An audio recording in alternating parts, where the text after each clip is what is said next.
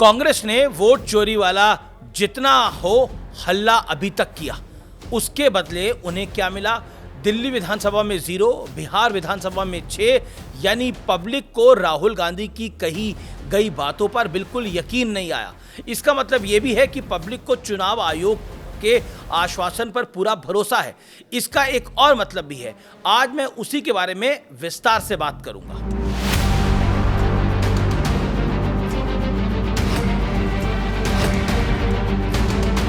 नमस्कार व्यूअर्स, मैं हूं अमीश देवगन और आप देख रहे हैं सत्य और तथ्य। एक शब्द होता है भगदड़। आपने कभी ना कभी इस शब्द के बारे में जरूर सुना होगा। आज मैं आपको भगदड़ की व्याख्या करने वाले कुछ दृश्य आपको दिखाता हूं। देखिए, ये लोग मेरे और आपकी तरह दिखते हैं, लेकिन इन्हें हम में से एक समझने की भूल ना करें, क्योंकि ये सभी बांग्लादेशी हैं और बंगाल से किसी भी कीमत पर वापस लौटना चाहते हैं। सोचिए, इतनी बड़ी समस्या में बांग्लादेशी बंगाल में क्या कर रहे हैं? असल में ये लोग अवैध रूप से भारत में घुसे थे। इन्हें घुसपैठिया कहना गलत नहीं होगा। विपक्ष और खासतौर पर ममता बनर्जी डंके की चोट पर कहती है कि घुसपैठियों पर मोदी सरकार झूठ बोलती है।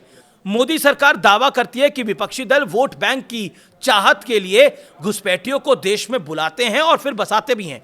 आधार और वोटर आईडी कार्ड दिलवाकर चुनाव में घोटाला कराते हैं। इन लोगों को देखिए और फैसला कीजिए किसके दावे सच्चे साबित हो रहे हैं। अब वापस चलिए उन तस्वीरों की तरफ जो अभी मैंने आपको दिखाई। इसे रिवाइंड करते हैं। रिवाइंड करा मैंने। ये वो लोग हैं जो बंगाल से सारा साजो सामान लेकर, अपना सामान लेकर बांग्लादेश की तरफ भाग रहे हैं, क्योंकि ये वहीं के मूल निवासी है और अवैध रूप से बॉर्डर पार कर बंगाल में रह रहे हैं।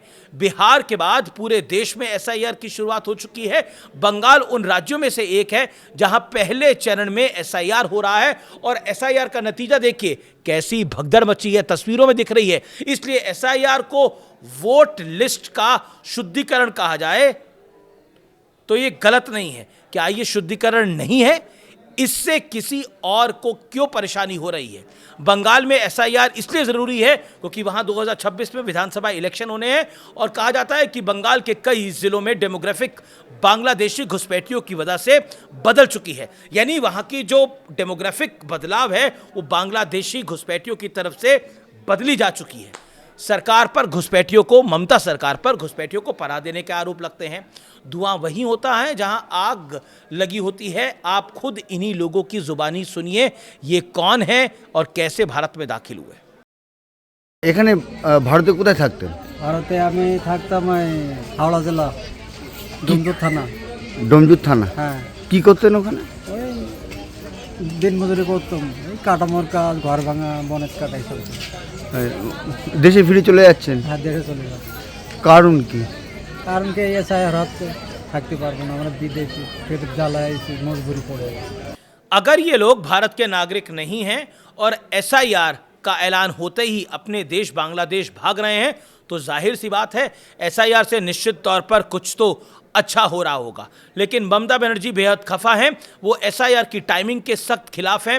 राहुल गांधी तो एसआईआर को वोट चोरी का जरिया बताते रहे हैं। ये और बात है कि दिल्ली और बिहार में उनकी बातों पर किसी ने भरोसा नहीं किया। लेकिन कांग्रेस पार्टी अभी भी एसआईआर के मुद्दे की खिलाफत छोड़ने को तैयार रही है। कांग्रेस पार्टी ने ऐलान किया है कि दिसंबर के पहले हफ्ते में दिल्ली में वो एक महा रैली करेंगे। अब सोचिए, बांग्लादेश लौटने वालों को जो जमावड़ा बंगाल में लगा है, उसे देखने और सुनने के बाद कौन वोट चोरी वाले नैरेटिव पर यकीन करेगा? वैसे उस नैरेटिव पर तो बिहार में भी किसी ने यकीन नहीं किया और जनता जनार्दन ने अपना जवाब दिया। जनता तो जनता है। जिनके साथ कांग्रेस का गठबंधन था वो खुद इस मुद्दे से कोसों दूर दिखाई दिए। सवाल तो बनता है कि क्या एसआईआर का विरोध घुसपैठियों को ऑक्सीजन देने के बराबर नहीं है? ये सवाल मैं पूछता हूं। क्या वोटर लिस्ट का शुद्धिकरण करना गलत है? क्या सिर्फ आरोप लगाना काफी है? क्या राहुल गांधी को कानूनी रूप से आगे नहीं बढ़ना चाहिए, हलफनामा नहीं देना चाहिए? अगर प्रूफ है तो हलफनामा दे के कोर्ट में जाए। राहुल गांधी को चुनाव आयोग को एफिडेविट देना चाहिए और उन लोगों के मुंह बंद कर देने चाहिए जो कहते हैं राहुल गांधी कानूनी कार्रवाई के डर से एफिडेविट नहीं दे रहे हैं, क्योंकि चुनाव आयोग के खिलाफ दावे और आरोप अगर झूठे साबित हुए तो सजा मिलकर रहेगी। राहुल गांधी कहते हैं डरो मत, इसलिए उनसे ये उम्मीद करना गलत नहीं है। वो चुनाव आयोग जाएंगे और अपने दावों का एफिडेविट उन्हें जरूर देंगे।